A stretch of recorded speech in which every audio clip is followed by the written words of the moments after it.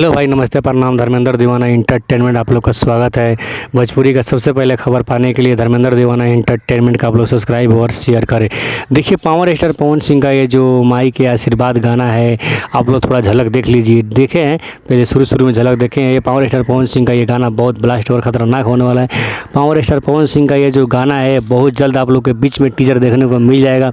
अभी दशहरा 15 दिन बाकी है, ठीक है। तो आप लोग के बीच में जल्दी से जल्दी इसका टीज़र रिलीज़ करने का कोशिश हो रहा है, ठीक है। अगर जैसे ही अपडेट आते ही आप लोग के बीच में हम बता देंगे पावर स्टार पवन सिंह का टीज़र किस कंपनी से आने वाला है, ठीक है। तो आप लोग ऐसे ही दुलार प्यार बनाए रखिए। अपना छोटका भाई के चैनल को सब्सक्राइब और शेयर करी और पावर स्टार पवन सिंह के टीज़र के इंतजार करी। बहुत जल्द आते ही चैनल को सब्सक्राइब करके रखिए और अपडेट आते ही आप लोग के हम बतावे के बहुत जल्दी ही कोशिश करें, ठीक है। ऐसे ही अपना छोटका भाई पर दुलार प्यार बना कर रखी। टीज़र आते ही हम आप लोग के बीच में बता देंगे। जय हो।